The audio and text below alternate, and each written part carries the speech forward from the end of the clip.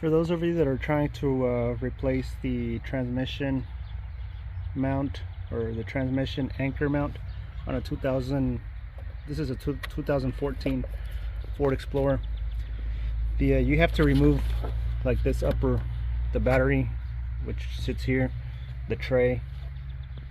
You don't have to remove this, but it's easier if you just, this one I didn't unplug it, it's on there for now. But so you have to remove all this, and the transmission anchor mount sits here, and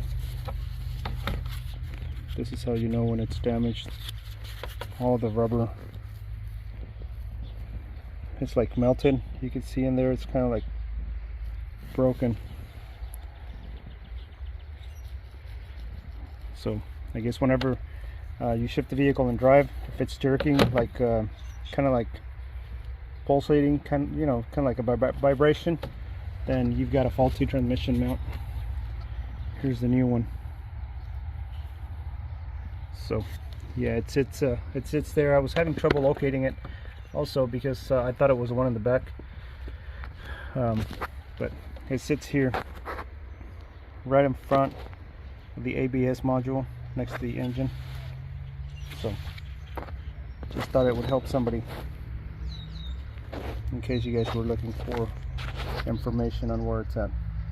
Thank you and have a good day. Okay, and this is how it looks like installed. It's got a total of let's see, it's 3 nuts and 5 bolts, and the bolts are, it's got 2 down here at the bottom. Those are 13 millimeters, and then it has these right here, which are those are 13 millimeters as well, and then this one here at the corner, 13 millimeter, and then the nuts are 15 millimeters right here. So 3 nuts, 15 millimeters, 5 bolts, 13 millimeters. And what I would suggest you do is, to make it easier, you might want to set a jack with something so as a support, just to kind of, put it underneath the transmission. Don't put any pressure on it, but just to kind of hold it in place. That way, whenever you go to put it back on, whenever you remove it, it's going to make it a whole lot easier, and it's not going to tilt on you, and you won't have any trouble putting them back in place. That way, once you have the jack underneath there as a support, you're going to be able to just remove the bolts and nuts, and it's going to stay in place. And whenever you go to put the new one in, you won't have any trouble. Otherwise, you're going to have trouble kind of balancing it out, trying to get them in place, and it makes it a little bit difficult.